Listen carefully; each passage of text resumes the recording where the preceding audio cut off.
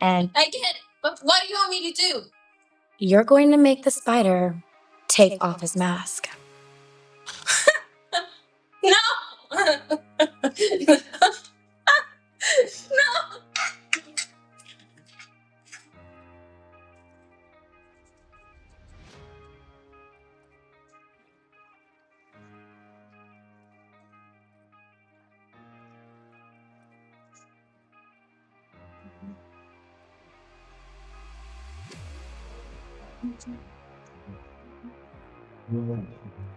Can't do this. Don't get hot here. Hey, don't give away. Can't hear you. This. Be cool. Totally cool.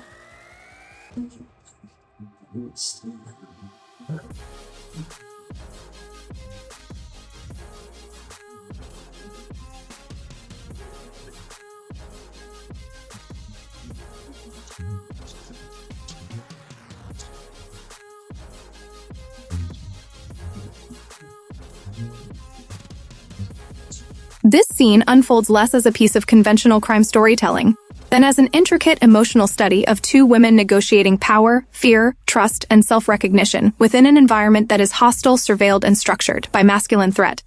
And when viewed through a queer, emotionally grounded lens, the exchange between Laurie and Scarlett becomes a meditation on how women learn to survive, connect, and quietly reach for one another, even when danger and coercion dominate the surface narrative.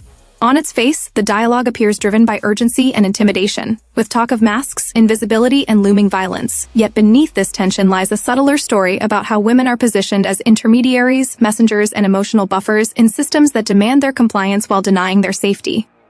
Laurie's escalating anxiety, expressed through hesitation, repetition, and internal self-talk, signals not weakness but the psychological toll of being asked to carry unbearable risk without genuine consent, a situation many women, and queer women in particular, recognize from lived experience, whether in workplaces, families, or social structures that expect endurance rather than autonomy. Scarlett's presence in this scene functions as both anchor and mirror, someone whose steadiness and familiarity with danger offers a model of survival that is at once reassuring and deeply complicated, because it reflects the uneven distribution of knowledge and power between them.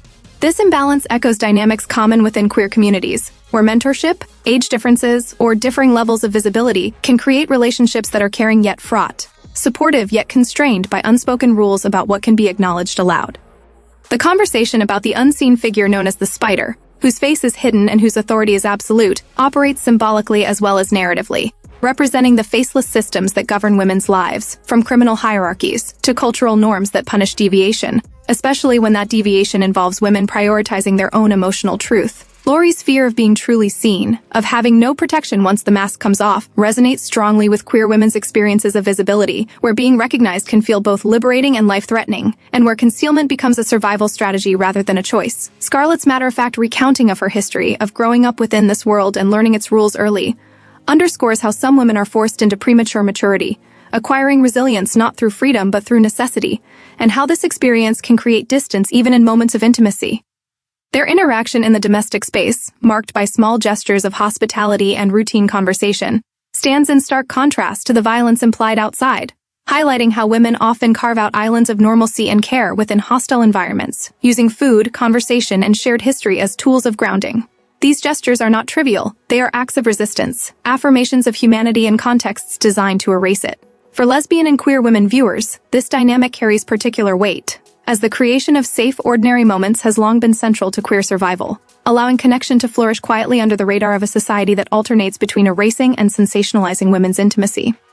The scene's tension is heightened not through spectacle but through Laurie's interior struggle, her repeated attempts to steady herself, her awareness of her own body betraying her fear, and her desire to remain composed, all of which reflect the emotional labor women are taught to perform in order to be taken seriously and to stay safe. This labor is compounded for queer women, who must also manage the risk of being read as inappropriate, unstable, or transgressive simply for forming intense bonds with other women. Scarlett's calm reassurance, her insistence that things are fine, operates on multiple levels, offering comfort while also reinforcing the necessity of suppression, of keeping emotions contained so as not to attract attention. This duality mirrors real-world queer relationships, where care is often expressed through pragmatism and restraint rather than overt declarations, not because feelings are absent but because the cost of visibility remains high. The power dynamics at play, including the threat of being sent back into danger if compliance is refused, reflect how women's choices are frequently framed as obligations rather than options, a theme that resonates beyond sexuality and into broader feminist critique. Laurie's resistance, her repeated refusals and moments of panic, represent a refusal to internalize this framing completely, an assertion, however fragile, of her right to self-preservation. Scarlett's role complicates this resistance, as she embodies both solidarity and complicity, a reminder that survival within oppressive systems often requires compromises that constrain relationships between women. This complexity is crucial to the scene's ethical weight, as it avoids idealizing female connection while still honoring its significance, acknowledging that care can exist alongside harm without being invalidated by it.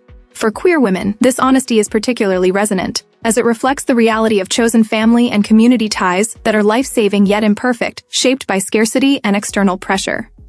The scene's restrained approach to intimacy, focusing on proximity, conversation, and emotional attunement rather than physicality, challenges dominant cultural narratives that reduce lesbian relationships to spectacle or taboo, insisting instead on seriousness and nuance. By centering women's interior lives, the film invites viewers to consider how desire often manifests not as action but as attention, concern, and the willingness to sit with another's fear without turning away. This emphasis allows the relationship between Laurie and Scarlett to be read as ethically meaningful regardless of how it is categorized, resisting the demand to label or justify women's bonds in order for them to be legible. The discomfort society exhibits toward women loving women is reflected in the surrounding danger and secrecy, suggesting that the threat is not merely external but cultural, rooted in a long-standing unease with women's autonomy and mutual reliance. By situating the scene within a world that punishes vulnerability, the film critiques this discomfort implicitly, showing the cost of forcing women to compartmentalize their emotions and to treat connection as a liability. At the same time, it honors the resilience that emerges from these constraints, portraying women who continue to reach for one another, to offer reassurance, and to share pieces of themselves even when the risk is profound. This portrayal speaks to women across orientations, capturing the universal struggle to balance responsibility and desire, safety and authenticity, and the longing to be seen without being harmed. The scene becomes a microcosm of this struggle, using the language of crime and threat to explore emotional truths that are deeply familiar to those who have navigated lives shaped by surveillance and expectation. In refusing to sensationalize the women's connection, the film asserts that their relationship is not a deviation but a reflection of human need, deserving of respect and attention. Ultimately, this scene is about the quiet resilience of women-centered relationships, about the ways care persists even when overshadowed by fear, and about the ongoing process of becoming visible to oneself through the mirror of another woman's presence. It suggests that intimacy is not always loud or safe, but it is nonetheless real, and that in a world still struggling to acknowledge women's love for women, such portrayals are not merely representational but deeply political acts of recognition and affirmation.